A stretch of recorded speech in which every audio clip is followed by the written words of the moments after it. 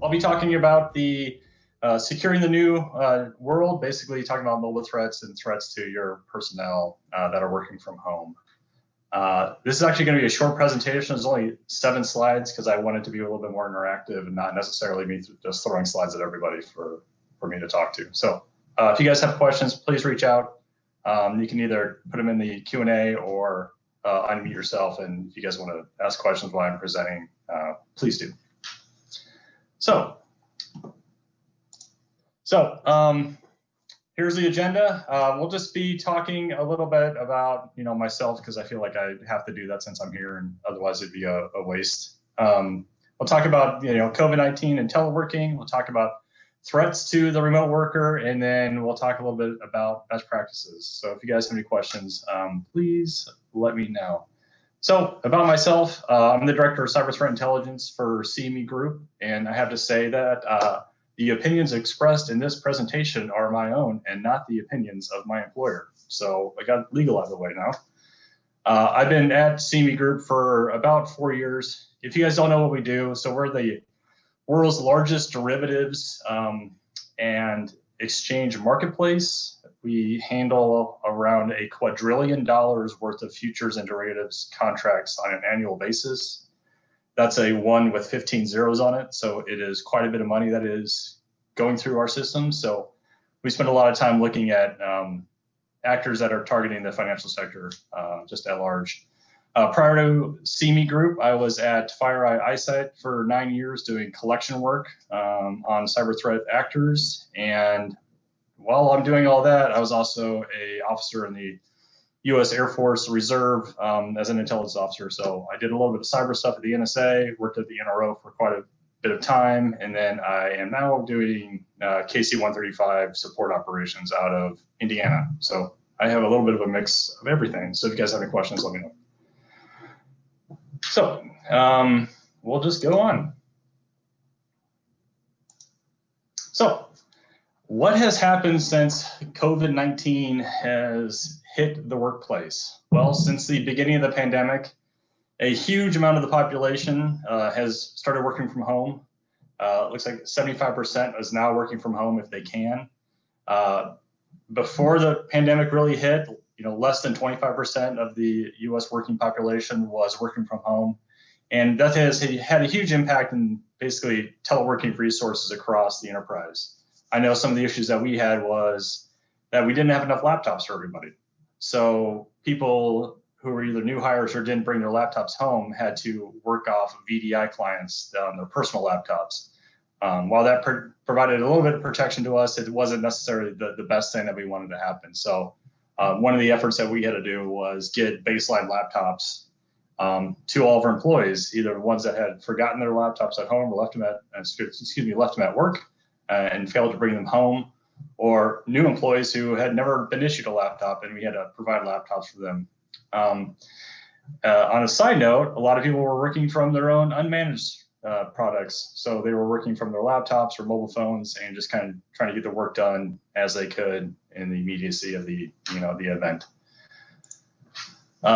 So a study I was doing to do some research on what the populace has really done since the COVID pandemic has hit is, if people could work from home, they work from home. If they couldn't work from home, they either lost their jobs or were forced to go in as essential workers. Think of like firefighters, nurses, police, the essential workers of society.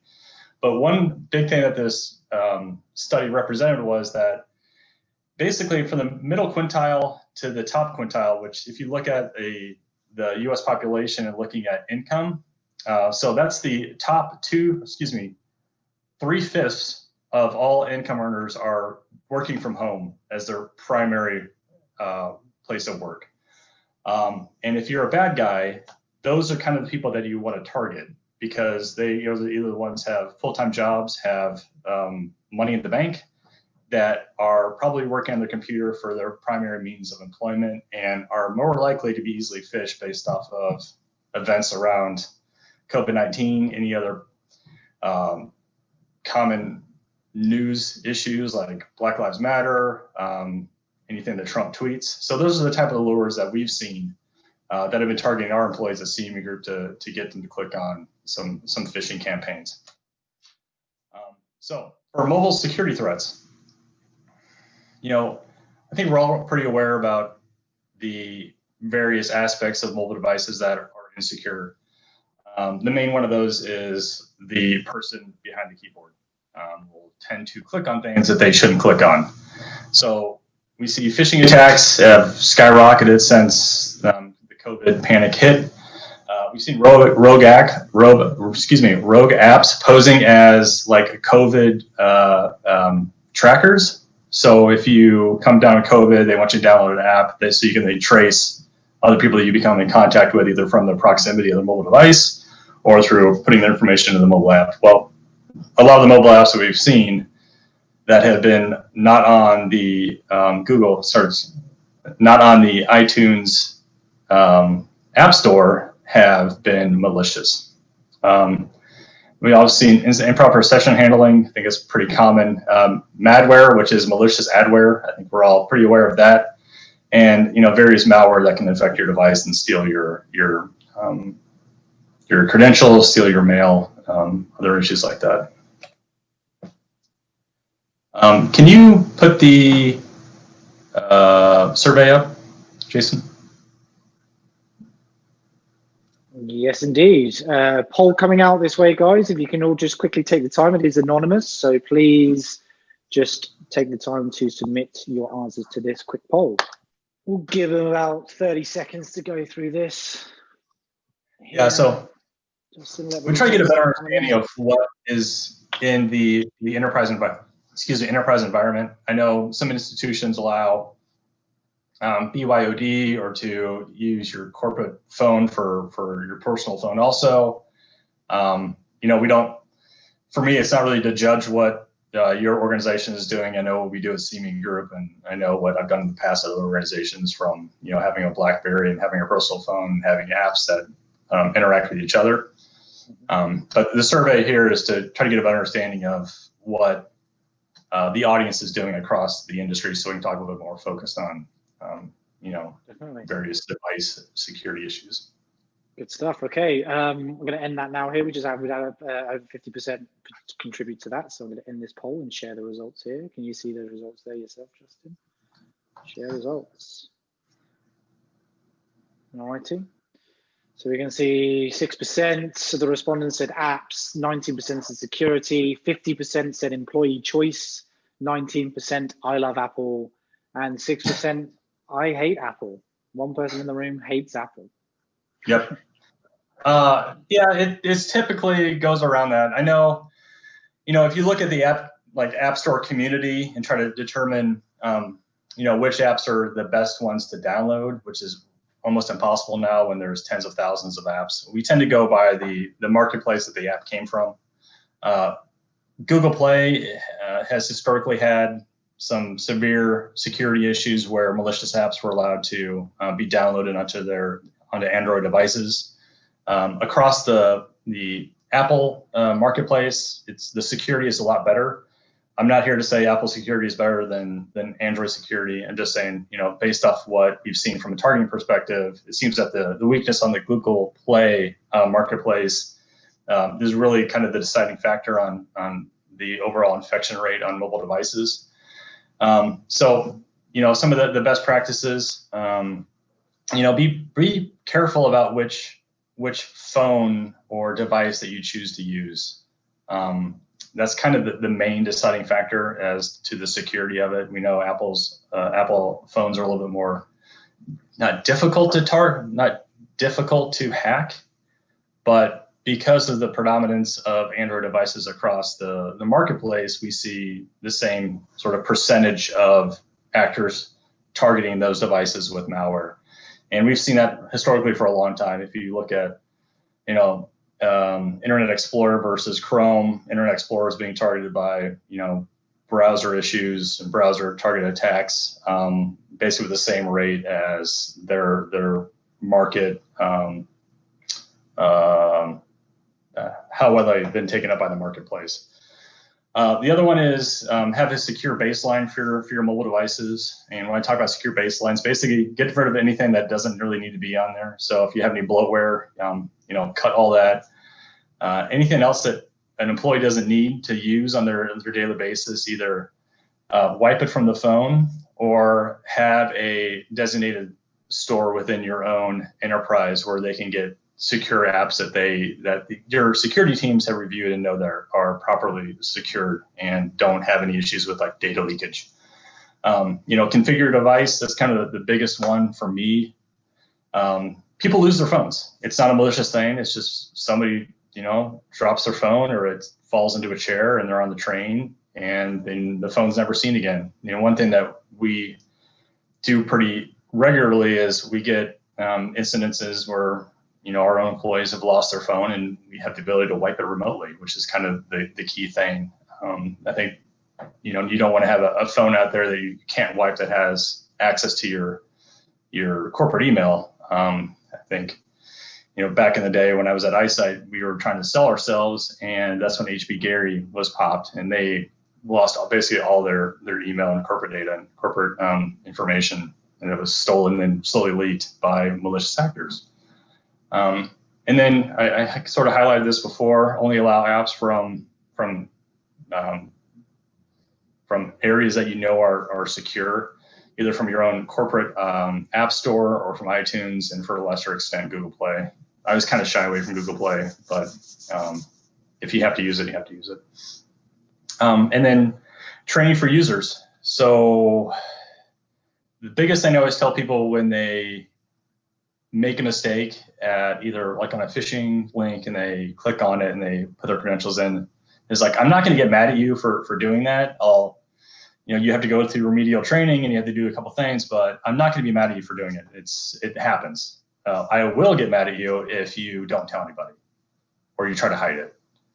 I think, truth comes first. So I lost my phone 2 weeks into working at CME Group, and I had to make the call that, oh yeah, I, the person in charge of security, had lost their phone.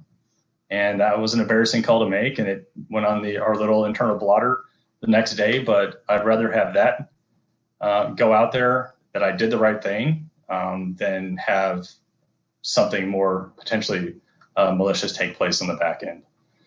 And then try to determine what you want to actually have stored on the device. I don't think anybody needs to have 2 years worth of mail stored on their device. If you want to do that for 30 days and then they can access it if they VPN into the corporate network, that's fine. But try to limit the amount of corporate data that's on a device that's in a user's hand. And I think the big one is don't allow employees to root or jailbreak their phone. I think everybody likes to pretend they're a hacker and they might try to do something on their phone to give them more access so they can download apps from a different site. But it's really gets to the point of mistakes are happening, but you're like deliberately doing something to jeopardize the security of your device that we have had protected so that you don't get popped. Please respect that and don't try to make modifications to the security tools that are on your device to make your life easier. And then lastly, the David Does Pumpkins out. Do you guys have any questions?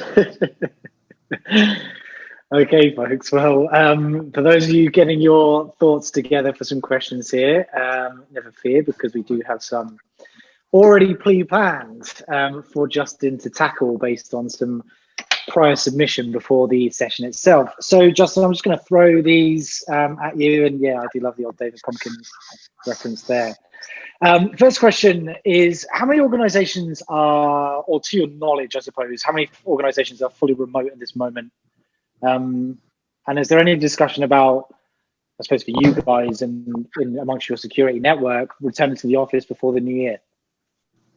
Yeah, so from, before CME Group decided to go full remote, we're kind of a risk adverse organization, and nobody here is going to be the first person to cross the minefield.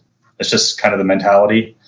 So we reached out to some of our peer organizations through the FSISEC and FSARC. If you guys aren't familiar with those organizations, please take a look. If you're in the financial services community, they do provide a good value add just to have information sharing across different organizations that are being impacted by cyber events. So we actually reached out to them and said, hey, you know, off the record, kind of what's everybody's thoughts?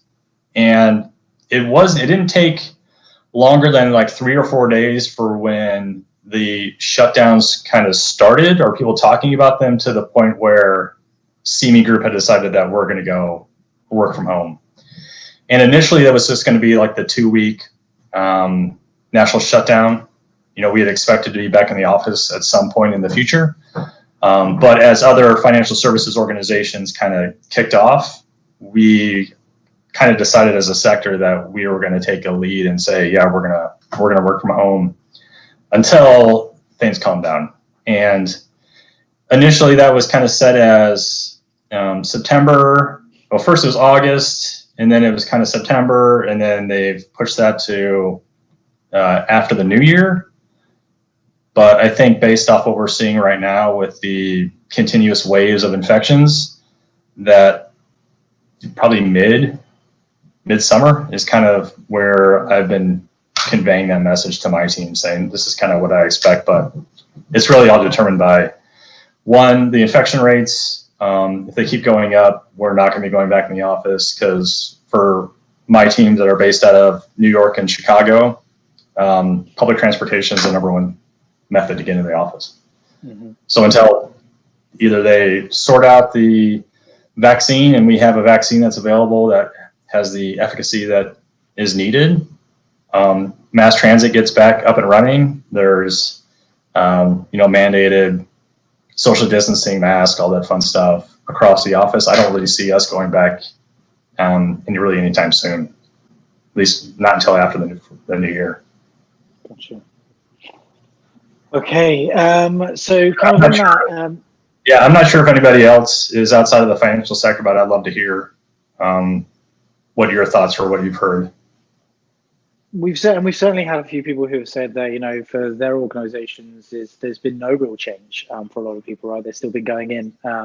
We had John Keenan running a session earlier today from Memorial Hospital, and, you know, there hasn't been any change for them, right? The focus for them has been really kind of more about patient care and giving them access from a remote standpoint rather than an employee standpoint. And then we've also had some interesting insight as well for people who live in areas that are quite often affected by hurricanes, right, because they've already got the infrastructure in place for emergencies to kind of be able to work remotely. So for those folks, they can continue on really until there's more of a safe mindset, because that's the other thing to consider, right? Yeah. It's not just the rules and regulations, but the mindset of the individuals coming back and whether they feel comfortable in those surroundings. So it's certainly an interesting one. Yep. Especially in the security area where, you know, again, it's kind of all hands on deck right now. So thank you. Moving on to a couple one more thing. Like for us, we're a very heavily regulated, you know, industry, the financial services industry, and CME Group's a Section 9 designated FMU. So the DHS takes a look at us pretty extensively about what our business continuity plans are, and luckily we have kind of a business continuity plan for everything. And we instituted our business continuity plan, just said, okay, everybody work from home. We've done quarterly testing of everybody work from home in the past. We really haven't had any hiccups. Any hiccups we did, we kind of worked out, and it kind of allowed us to seamlessly kind of transition. But, you know, it really depends on what your industry is. Healthcare, you guys are going to the office. You know, your office is an emergency room or the ICU. But everybody else, it's kind of like just stay out of, the healthcare sectors. They got their own issues right now, and just try to keep everybody away from being a part of that. Yeah, definitely. And obviously, you know, increased concerns over how healthcare is vulnerable for cyber attacks. Yes. So the dominoes just keep tumbling, really. A question around, obviously, continuing on this remote work a little bit here. So do you have established procedures for remote wiping a device or return hardware from a remote employee? So we we kind of go to the point where if we remote wipe everything. If it tries to get onto the cell network, we remote wipe it. I'm not sure what app we use to do that. But we remote wipe it, and we don't expect it to come back. We do the same thing with laptops. We can remote wipe those. So we've come to the decision that if it's in the employee's hands, we honestly don't really expect to get it back right now. It's not something that's really worth it, because we'd have to have people in the office to do inventory. We'd have to do people to receive it. And those people have just been like the security folks, like at the door. They just take the laptop and then go from there. Question just coming in there from the audience. Do your app providers currently have good capabilities to support information protection policies as an organization might set? For example, tagging, management Yes. of confidential information. Yeah, so I think this is a pretty common thing. I know in the military we have confidential, classified, or confidential, secret, and top secret. We have the same or similar sort of data labels across all of our corporate data. So, I have to use a VPN to get onto my corporate system, but I also, if I'm off the VPN, I can't take data off my computer. It's protected like that. So if we had to go in and wipe a computer and get rid of all the data that has those data labels, we could do it. Great. Hopefully that answers your question there, Morten. Fantastic. Thank you very much. Another question coming in here. In your experience, what is the main attack vector used to target your employee's mobile device? Oh, it's been phishing by far. Once COVID kicked off, we saw COVID announcement themed phishing. We've seen, comments on COVID phishing. We had, you've been infected by COVID phishing, or somebody that has been infected. It's anything that can elicit a response. So if you're, concerned about life, liberty, and the pursuit of happiness, we're probably going to click on something that will impact that. And the whole election happening at the same time of all this, and then Black Lives Matter, and the kind of the crises that have happened across the U.S. here lately, those have all been themes that we've seen either spin off around COVID or just keep spiking the phishing emails that are coming into our system. And we get, thousands a day. Yeah, I can only imagine. And so you spoke a little about, when employees leave for whatever reason. What about onboarding new employees remotely? Is there any specific discussions or training that you mandate as part of that? Yeah, it was hard. We did the final interview on March 2nd, and we onboarded somebody a week later, and we had no way to get them a laptop and no way to get them a phone.